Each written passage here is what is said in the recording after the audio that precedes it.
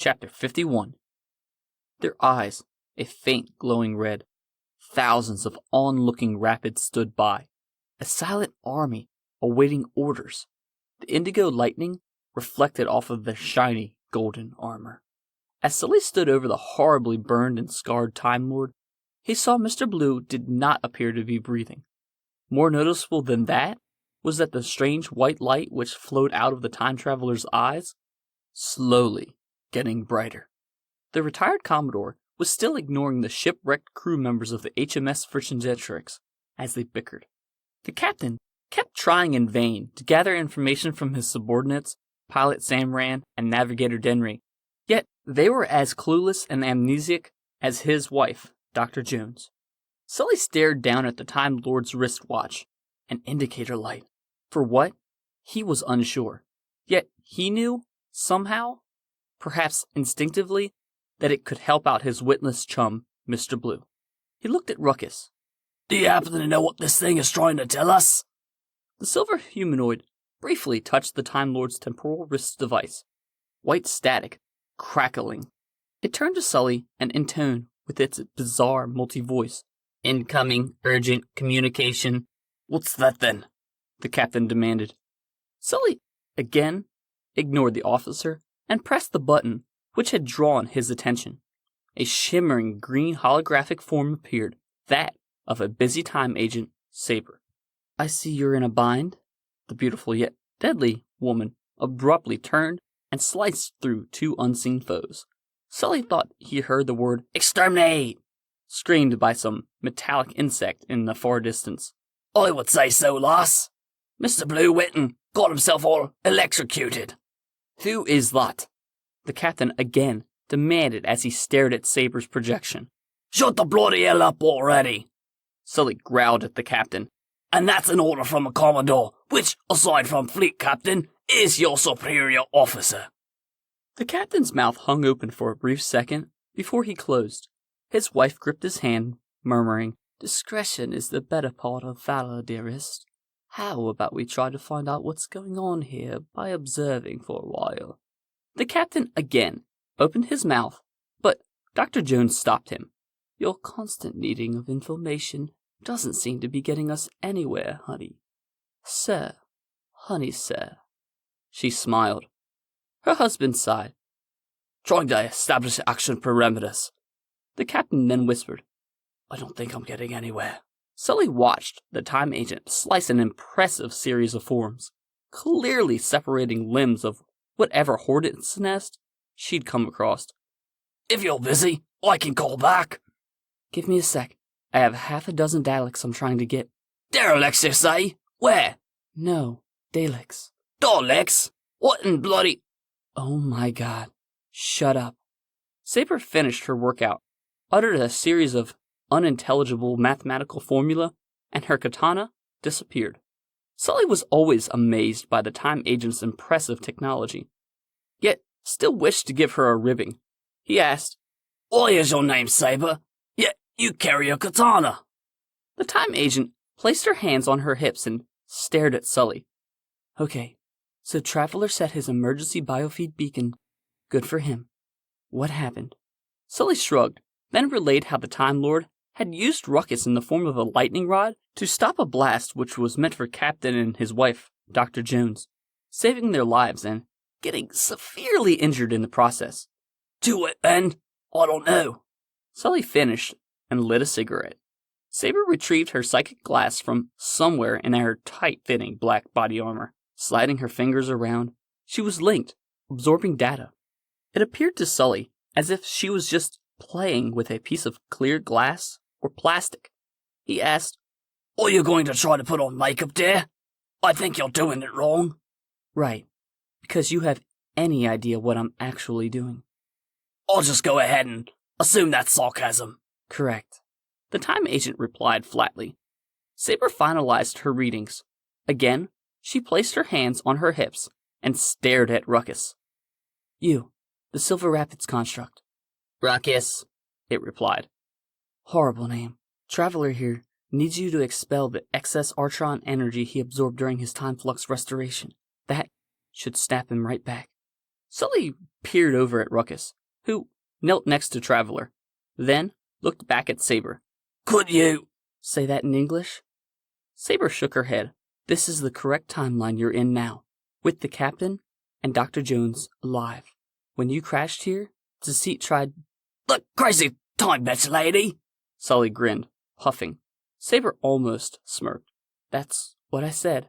Anyway, apparently when the HMS Vercingetorix landed, that crazy time bitch tried to rip them from the vortex, as she has various other victims for a millennia now. Mr. Blue stopped it and absorbed the full force of the temporal cascade, which should have killed him, and he's actually trying to regenerate right now. Saber typed on her psychic glass. Luckily, he won't have to because he's still technically in between realities. Oh, neat. But that shouldn't be possible, right? Pilot Samran offered. Saber, appearing impressed with the young lady, nodded. Absolutely correct.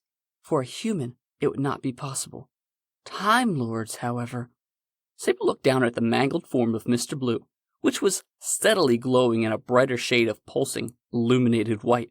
Time Lords are something else entirely.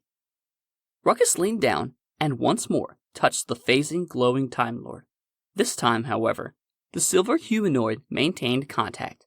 White, crackling energy enveloped them both. Sully stubbed out his cigarette and stared at Saber, waiting for an explanation. She didn't disappoint. Imagine a big soap bubble and a little baby soap bottle attached to it. Our Mr. Blue here is stuck on the tiny, thin membrane between the big soap bubble, our reality, and the other tiny soap bubble, Deceit's alternate reality.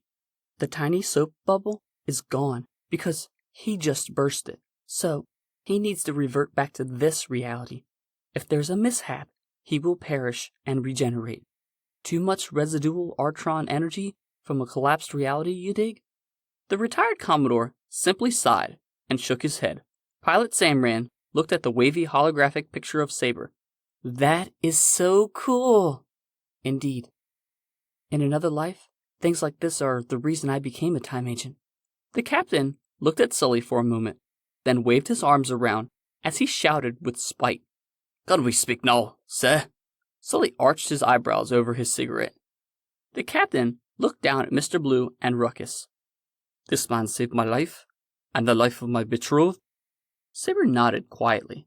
Again, the captain was about to question more, but an explosion happened. A horrendous, spectacular blast of light, blinding illumination erupted in a single static charged sphere from around Ruckus and Mr. Blue. This expanded, enveloping the planet in an instant. Such was the intensity of the white light that in a single moment, all shadows evaporated in this tiny asteroid, which was the Golden Rapids base. As intensely, as frenzied as it had begun, the radiantly illuminated sphere of light collapsed into darkness with a single, powerful roar of thunder, which then imploded, the sound collapsing in on itself. It took a moment for all nearby to regain their vision. The event itself was so catastrophically severe and sudden, most of the crew seemed to reason it out as some bizarre waking dream. Sully rubbed his eyes, seeing that Saber's wavering emerald projection stood with her arms crossed, looking down at Mr. Blue. The Time Lord sat bolt upright, fully healed and renewed, his perfect platinum blonde crew cut restored, along with his pristine lapis suit and azure tie. Mr. Blue's bizarre cobalt alien eyes were darting back and forth, gathering, comparing, and mesmerizing. Abruptly, the Time Lord began shouting, There'll be time to breathe when you're dead. Push through. There's no I and win. Go team. Don't ask can I. Ask I can. Traveler, Saber snapped. Mr. Blue stood, dusted himself off. Quite. I'm back. All fingers and toes accounted for. So, that was... Your standard temporally charged warp bubble of excess Artron energy, the time agent explained. Good, good. Yes, and I... Saber rolled her eyes, successfully shorted and dissolved the alternate timeline, erased Deceit's foothold here. Mr. Blue nodded, thumbed behind him toward the captain and Dr. Jones without looking. I successfully ripped them from the temporal cascade. Oh, I bet that master spanner in the works.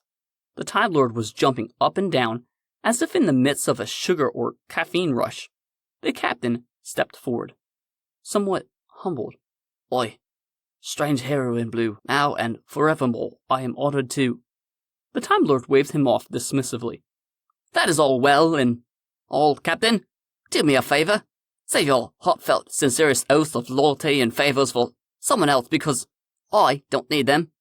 The captain appeared confused. My dear apologies. I don't believe you're understanding. I am a captain in good standing. Thus, should you ever... You're incidental, Saber said. Excuse me. Saber stared at the captain. There is a larger plan at work here. Long term. This isn't about you.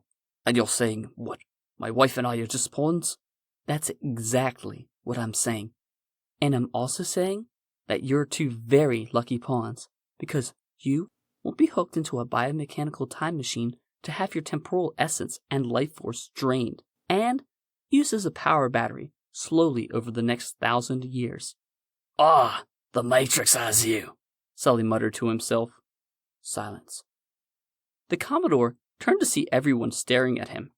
After a long moment and a single cough, Navigator Denry said simply, "What?" The Time Lord rubbed his forehead.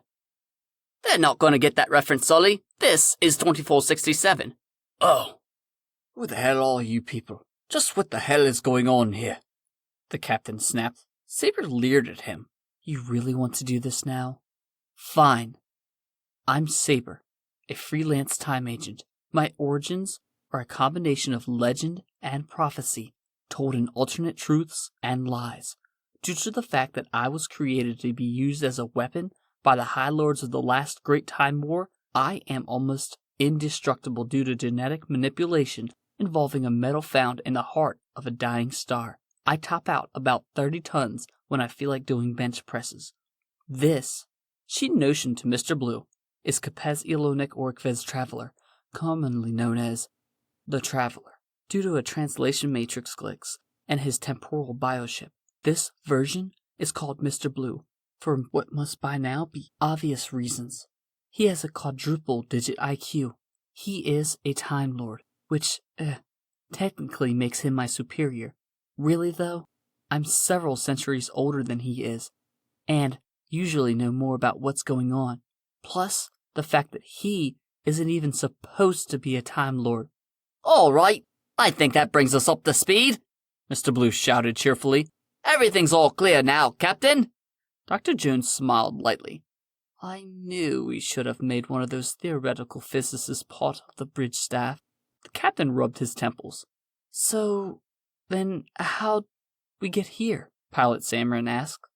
Saber looked up at the heavens, exasperated, arms still crossed.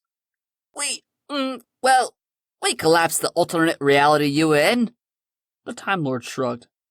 When I saved the Joneses, you were all forced back into a temporal nexus reality. Real reality. The one you're in now. He peered into Samran's eyes. Causing temporal retrograde amnesia because that reality no longer exists. But you will adapt. Be right as rain.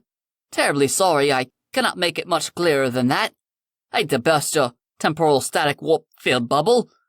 The Time Lord laughed loudly, looking around as he expected applause for his awful pun. Nothing. Mr. Blue looked around. Oh, I get it. Wasn't funny, but I got it, Saber said. Pilot Samran pushed her hair from her eyes. It's fine. If I can't understand it by now, then I ain't gonna. Mr. Blue nodded, looking back at the stranded crew of the Vercingetorix. Goes for the lot of you, I suppose. Fact is, we're here now. By all appearances, the only way out is through. As we speak, a giant golden spear, an attack vessel, has crashed and landed on your planet and torn through the very crust of Earth. Gold Rapids are invading. We have a second wave of Golden Army here, standing by for their orders to start the next attack. The captain stiffened. How can we stop them? The Time Lord snapped his fingers and grinned. Bloody well past time you asked a question that was pertinent.